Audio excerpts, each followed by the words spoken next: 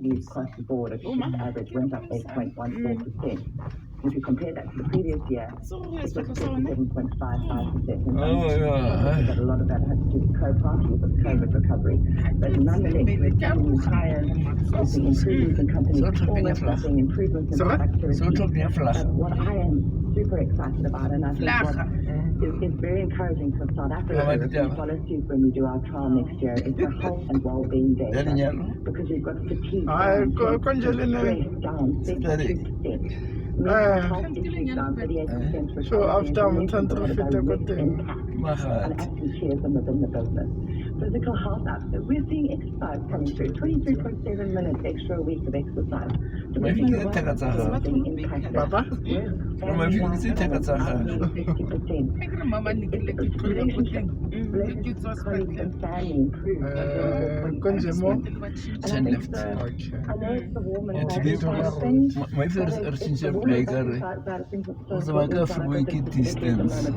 and well-being. There's a lot of cars. Okay. Yeah, it's all up in your Let's share about the last time. Hey,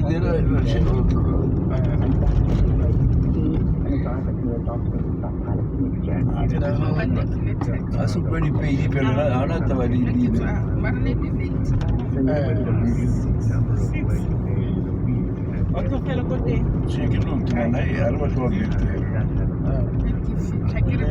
some penny nice definitely an environmental and climate benefit attached to them.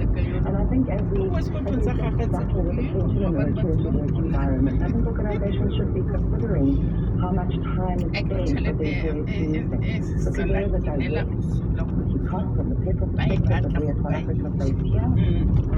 Time spent on the road, which is time not productive, and opportunities that you have the environmental benefits of less carbon emissions, less time spent driving vehicles. But overall, I think there's a positive correlation that is working together in a reduced work week. So the result is pointing to positive, and I really hope that the South African companies that stand up for the experiment next year is seen with the same hypotheses on the table. Yes, then see whether we are able to achieve similar or the same or more positive results. So I think we have 20 companies currently signed up, which is actually bigger than the Ireland trial, Tambo, which is fantastic. And the trial kicks off in February 2022 and will run for a full 6-month period. So we will end at the end of July, and then a month later we'll have full-term data. But we will definitely be able to report back on the midline data. So with the research, we're gathering not just the Boston policy globally, but the cinema in South Africa. And we will have a baseline assessment across the company. And we're also piloting at the same time as the EU pilot. So not only will we have data across South Africa, we'll be able to cross and compare with other European countries that are participating. And then we'll have our mid-way March data, which was similar to what the UK released months before last. And then finally, a month afterwards, the academics will get together and compile all of this incredible data and let us know how South African companies have experienced the trial. And of course, we'll keep on chatting with you, Karen, throughout as we find out what the outcomes are in the South African trial next year. All the best with that. Karen Lowe is the director of the 4-day week South Africa NPC. 20 companies already signing up for that. Thank you very much for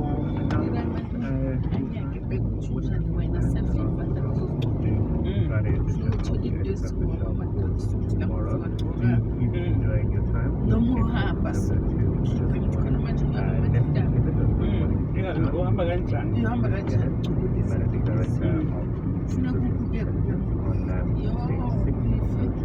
That was announced by yesterday.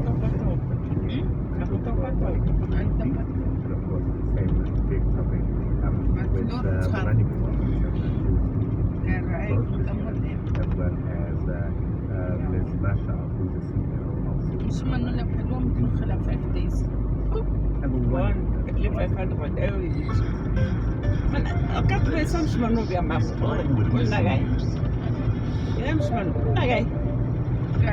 Intensified roading hours continue as Eskom warns of more darkness in the future, and the weather was so strange. There was a storm, there was a heavy rain, So how did the pastor find himself baptized in the community? The neighbors of the Yukske River drowning victims demand answers over the tragedy.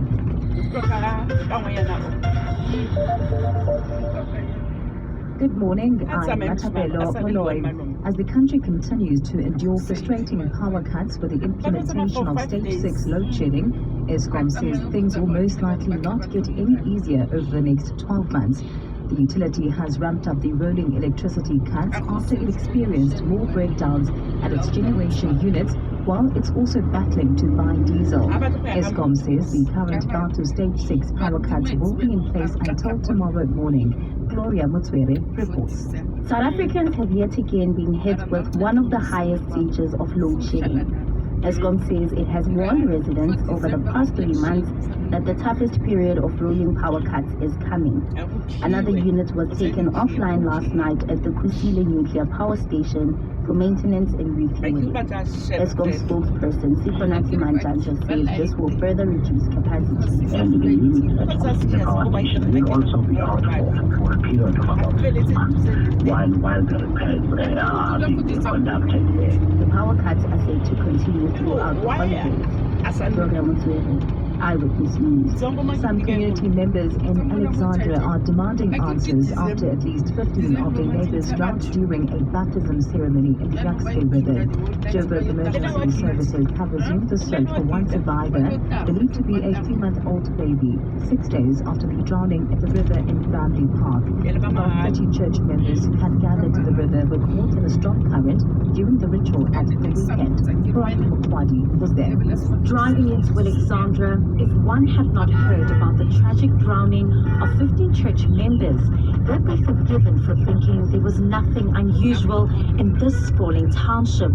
Hawkers continue to ply their trade, the taxi rank is buzzing, and life seems to have carried on. The rapidly calm Yukske River can be heard in a distance as residents direct eyewitness news to the homes of those who lost their loved ones in the tragedy. Although on the surface, residents seem to be carrying on with their lives, the obvious cannot be ignored. Their shock and disbelief, while neighbors raise questions. Why are you not going forward and tell people exactly what must be that there's no one to see the thing? So why would you go hide? It's not a place to go baptize. Speculation is rife among community members and partners. Because the weather was strange. There was a storm, there was a heavy rain. So how did the pastor find himself baptized? No one knows, man. But there's someone that was there who left him. Whom should we ask?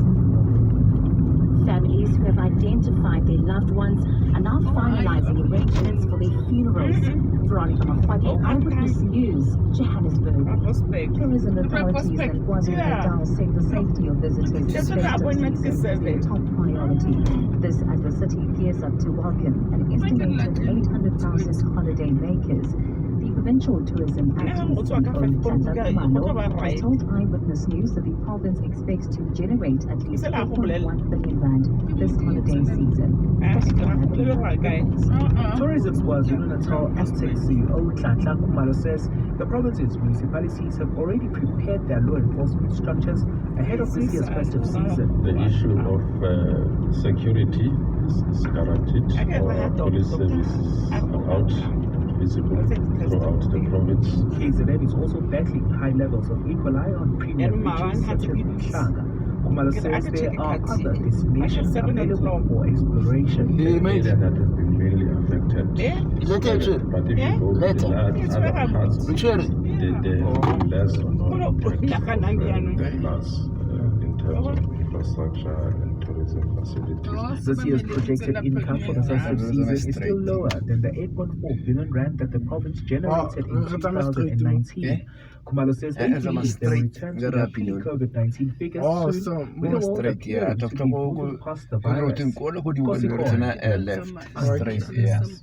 Well, moving over to the Western Cape now, where Police Commissioner Thembisile Patekile has stressed that the police service will not be intimidated by brazen gangsters. Patekile was addressing the Grassy Park community during the memorial service of the late police constable Ashwin Pedro yesterday.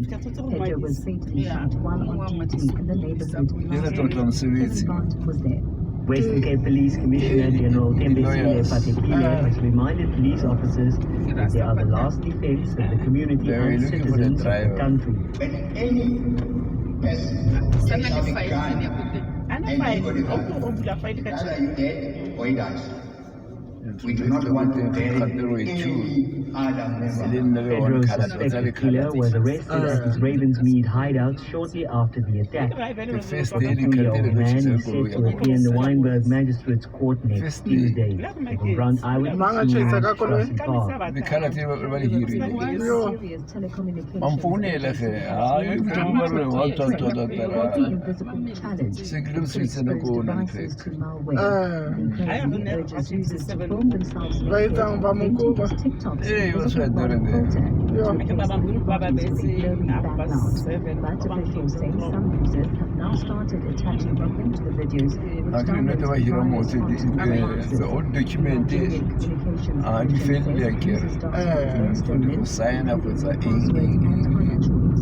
I want to ride the room the car. 62 cents an ounce. The rand at 17.18 to the dollar, 20.94 to the pound, 18.04 to the euro. Brent crude oil is $77.81 a barrel. Slow-moving traffic on the R80 going south towards Pahlele Drive, and if you're driving in Soweto in Orlando West, we have that accident on the Soweto Highway going east just at before Cliffspray Valley Road. You can expect some delays if you're driving from Meadowlands and then driving in deep into slow-moving traffic. One going north towards the deep interchange. In your sport, Australia left to bat against the West Indies in the second test. Dave Warner says he won't appeal to have his lifetime leadership ban overturned. Tony Desau's amazing call continues another session with the World Cup taking with from victory. Oliver Giroud is expecting a tough clash with England in the World Cup quarterfinal. That's straight. The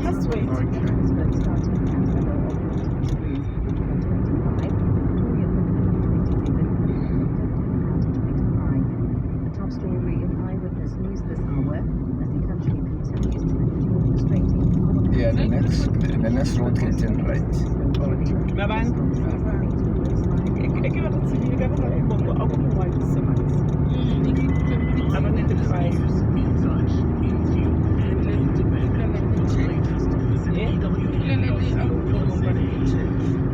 You're with 702 Breakfast with Bongani Bingwa. Live, online, smartphones, DSTV channel 856, 92.7 and 106 FM.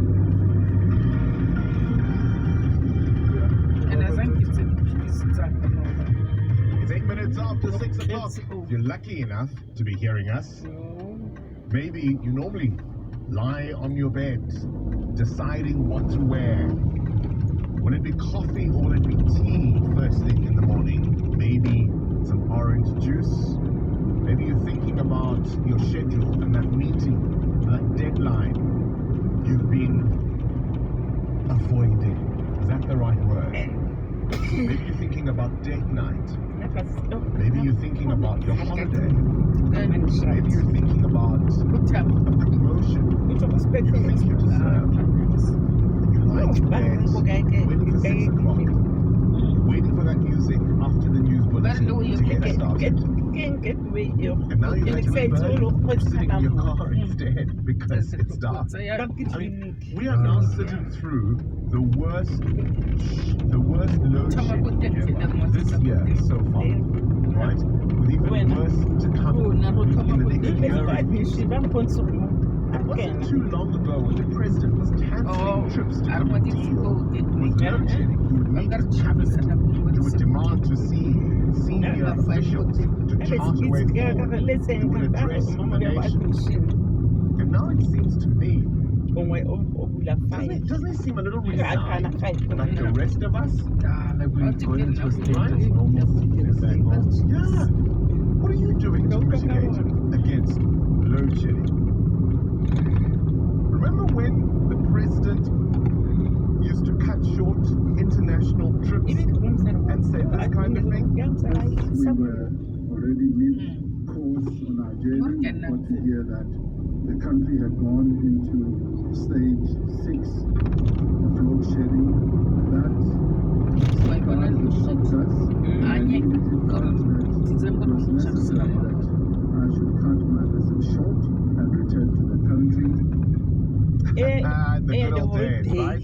That was back in 2019. In fact, earlier this year, you'll remember, the US President Joe Biden in the US flew to London ahead of Queen Elizabeth's funeral. He was meant to return back to New York to attend the opening of the United Nations General Assembly, and he didn't take that trip. And he came back.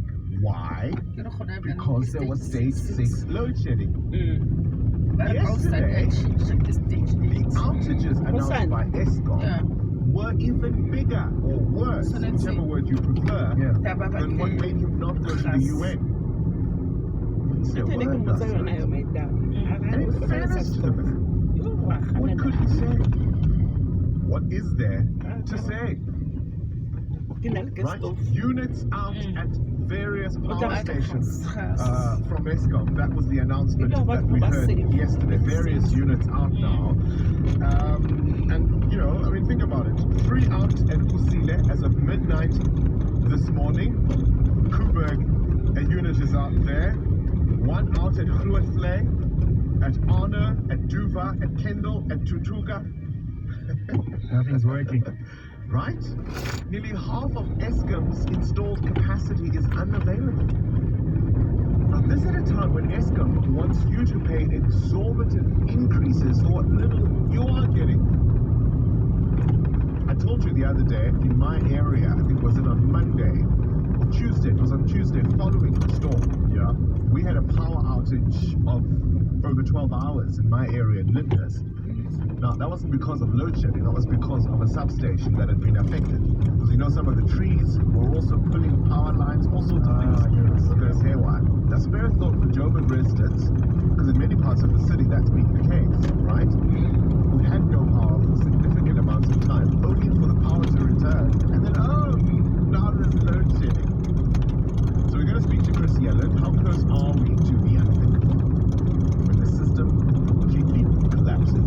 The last time I spoke to him, he said, no, that's a remote possibility. Is that still the case? And I speak to City Power. So many issues there contending, but all of this going on, the thieves haven't stopped working. They're still trying to get to the cables.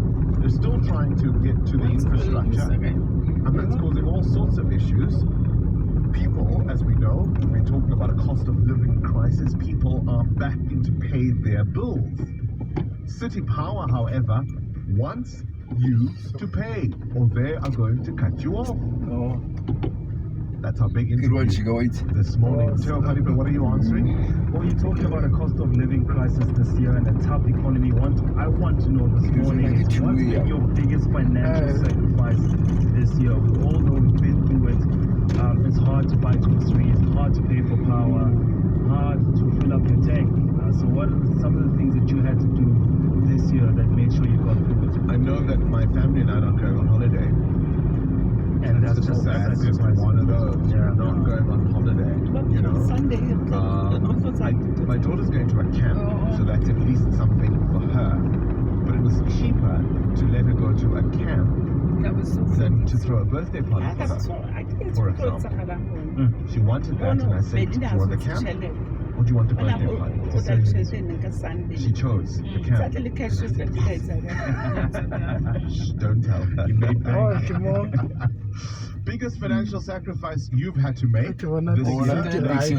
Notable one, 883-0702, 072-702-1702. We'll take your thoughts on that. But I think one of the things you've heard me say this before, I'm not buying a new car. Right? My 5 years is up, my 16 months is up. I'm so thrilled about that. But I'm not buying a new car. I'd rather put that money into a bond or at least trying to mitigate against load shedding, because that clearly is our reality for the next foreseeable while. What are you doing to mitigate against load shedding? What's the biggest financial sacrifice you've had to make this year?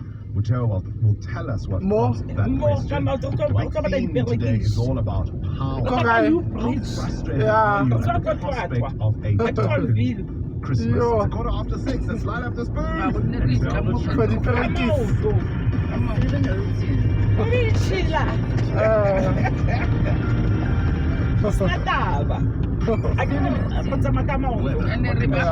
you expect on this Thursday? Partly cloudy with scattered showers and thunder showers. That's really the story for most of South Africa. For the interior, certainly. Temperatures maxing at 27 in the capital, 25 is your high in Joburg and Vereeniging. That's the same story for Mbombela, Bloemfontein. Fine at first, otherwise partly cloudy with isolated showers and thunder showers. Peaking at 29 Cape Town, still glorious weather. Fine is the picture there. Temperatures maxing at a lovely 31 degrees. Listen, there's very few places to beat Cape Town weather when it decides to show up, when it decides to boast. Durban, partly cloudy with isolated showers and thunder showers. 29.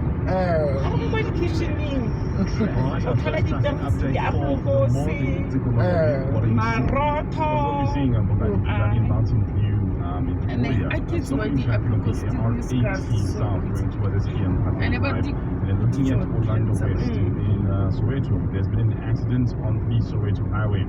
Just going east before the Cliffs Bay. There'll be also shedding areas such as Rosebank, Dunkeld West, and Hyde Park. That's on street. Especially on towards Smart Avenue. Deep Blue, we have slow moving traffic on the M1 towards the Deep Blue interchange. Offer Pampiri here 14 days. You don't get the job out for me. What is some of the many Oh, those days, ne? Those days, yeah. Yo. But I don't know what you're planning to do with your time, but if you aren't trying to allocate it, Weekend breakfast with Refuel and Straight Saturdays and Sundays with a hearty dose of laughter. Warm conversation and fresh updates on the latest lifestyle trends from across the globe. Or right around the corner. Weekend breakfast with Refuel and It's time 6 to 10 a.m. Only on 7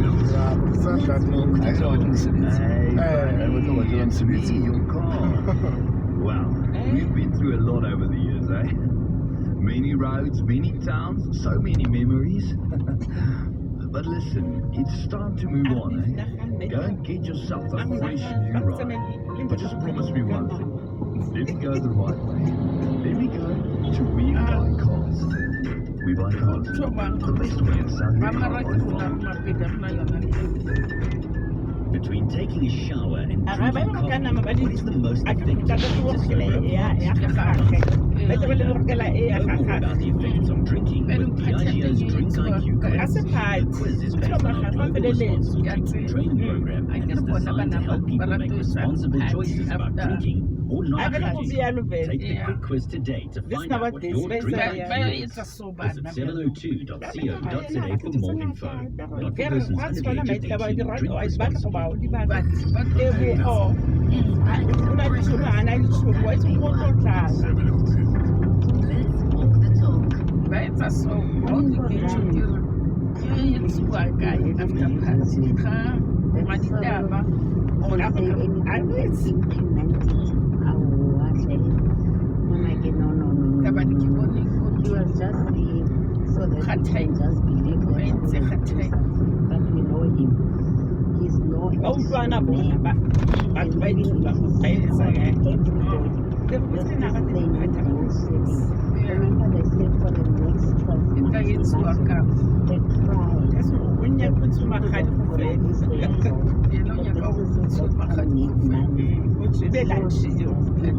Apologies for my language.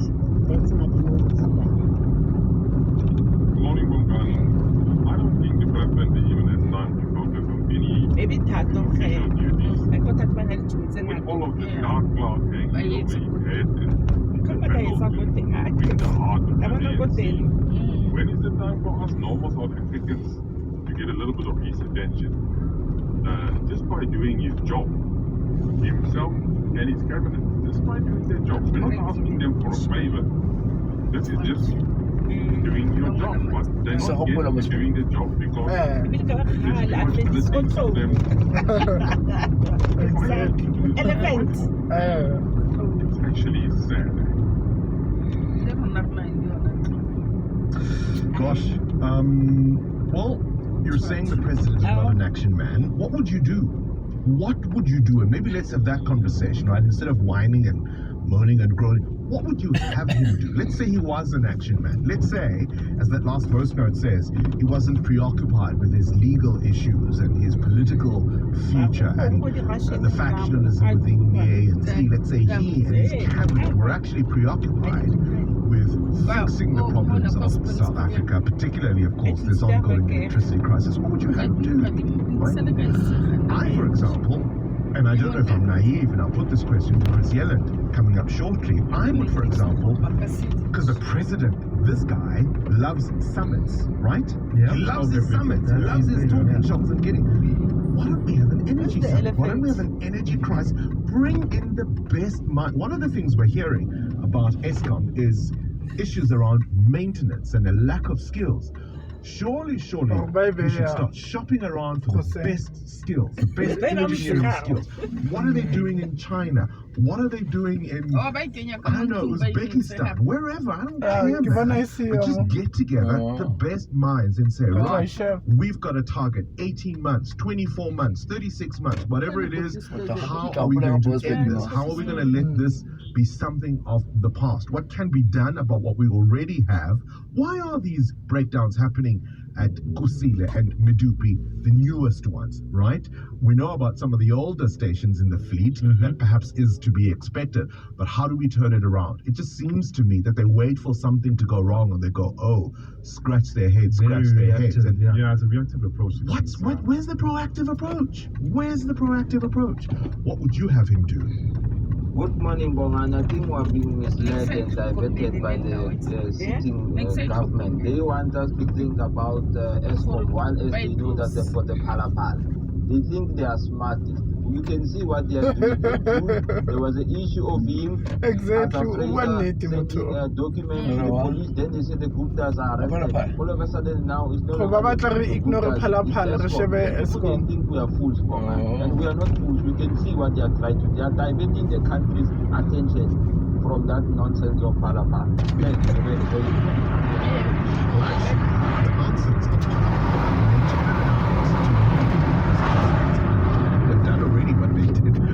When Jacob Zuma was in power, right? There's a ring of steel now from ANC members. Closing ranks. They're shielding this guy. And as you've heard many legal analysts on this station and elsewhere say, there are flaws in that report. That doesn't mean we've got all the answers we need from the president. I don't think he's losing much sleep, right? I think he was worried a week ago, absolutely. A week ago, he was absolutely terrified. But he's been convinced, right?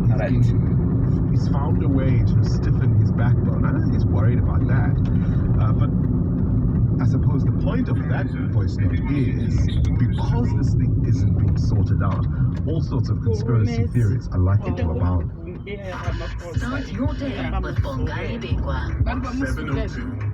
Let's walk the talk. All right, things you need to know at this hour. Joburg Emergency Medical Services recovering one more body, a 15th congregant now, who drowned in that Yukske River baptism ceremony at the weekend. I mean, it's just it's an incredible story, and the lack of accountability, the lack of compassion from somebody who considers or calls himself a religious leader is really quite unbelievable. How's this, right? It was on this day, 1991, that the former Umkhonto weSizwe commander, Chris Hani, was elected Secretary General of the South African Communist Party. He took over from Joe Slovo, who had resigned as a result of ill health. So he served in this position from this day until, of course, he was assassinated in 1993 by Janusz Walus, whom you all know, of course, was yesterday officially released from prison, even though he's still under parole. How ironic is that twist of history? Time magazine has named Volodymyr Zelensky the Ukrainian president and the spirit of Ukraine as the 2022 person of the year. We'll get more details from Adam Gilchrist in the World View. In the World View, but for you, who is the person of the year? Right? Clearly not KG, my technical producer there, right? With his swishes, clearly not him. Who's the person of the year? And it's not your favorite person, it's not the person you love the most, you admire the most. It's the person who you think has preoccupied the public imagination, the public mind, the discourse, right?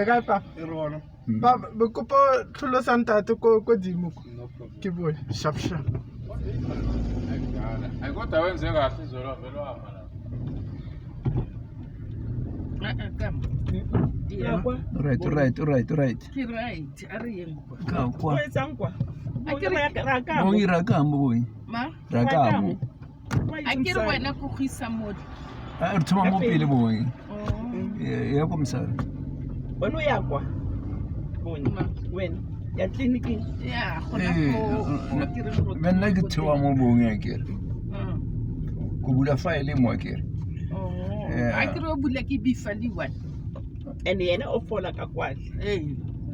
No, I'm for the takes any pladies I care, or to put his son like it.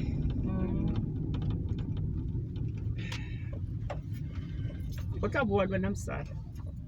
I'm sad. Next week, I can't train. Okay.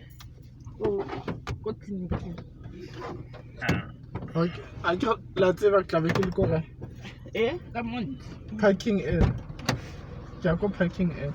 Yeah. Some phone there, let's link up.